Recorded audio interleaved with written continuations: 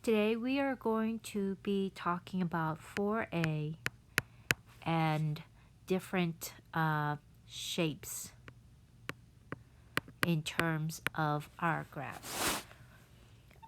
First things first, let's talk about unimodal versus bimodal. Unimodal versus bimodal.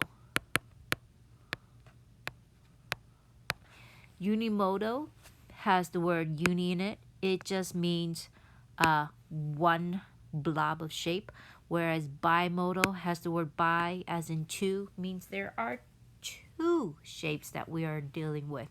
So a unimodal kind of looks like this, whereas a bimodal shape looks like this. And it doesn't have to necessarily be a straight line. It could be representative as a bunch of histograms.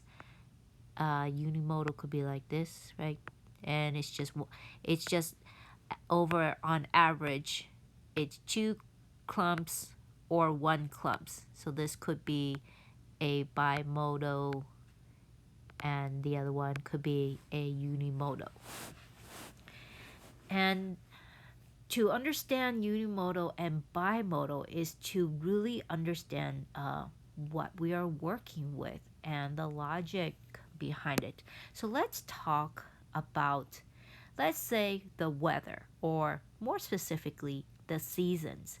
So if we were to take the weather and we were to just consider the weather in terms of outright temperatures, right? Temperatures of the weather and throughout the year. If we were to graph that, zero being low, summer being higher, so we start at winter, right? Spring, summer, because like from January all the way through December. If you think about it, January starts off pretty cold, goes up, gets warmer in winter, summer gets really hot, and then it starts to get cold in the fall, and then it comes in December, it gets cold again. So if we just took the weather in terms of our temperature, pure temperature stats, then it would be a unimodal graph. However, let's think of the temperature in a different way. So what if instead of we think of the temperature in terms of just pure number temperatures, what about if we consider temperature in terms of extremes? Right? If we took the temperature and we took in terms of extremes, so let me move here a bit, and if we compare that, right? So then winter in terms of extremes, well, it's extreme colds. And then when we get to spring, not quite so much. However, when we get to summer, it gets extreme colds. And then when we get to fall, not quite so much and down.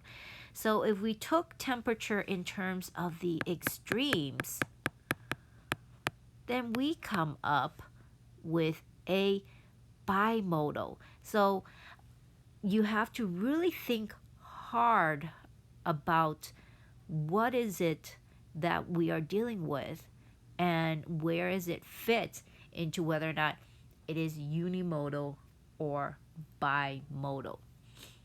Also, there can also be uniform, right? Uniform is just the same. So like across the board. And uniform is technically two homogeneous ideas, or also things that should be statistically, the probability should be the same. So for example, if someone were to ask, what is the chances of you versus someone else winning the exact same lottery? Well, your chance, if they bought the same amount of tickets as you do, right? Everything is the same across the board, then it would look pretty uniform. It'd be pretty even, because your chance is just as much as their chance of winning. So this way, it will be a uniform statistic. Okay, next let's talk about symmetry and skews. So skews, most importantly, you have to know that the tail determines where what the skew is called. So if the graph and the tail is pointing to the right, this is a right skew. However, the graph and the tail is pointing to the left, this is a left skew.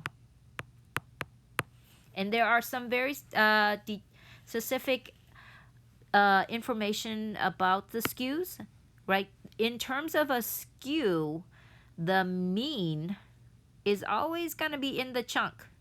It's going to be somewhere here. The median.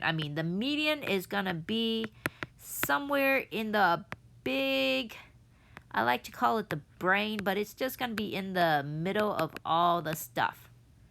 However, now the mean in a skew is closer to the tail. So the mean is actually going to always be closer to the tail in the skew. So that's how you think about it. So in a right skew, the mean is bigger than the median. In a left skew, the mean is less than the median because it's closer to 0.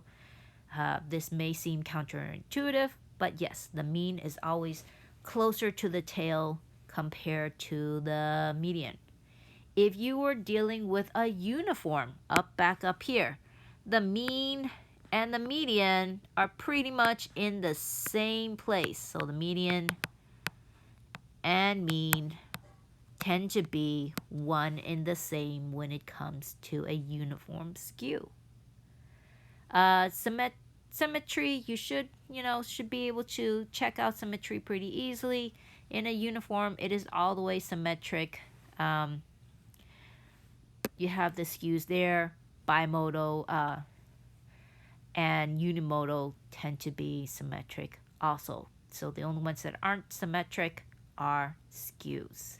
And that is all.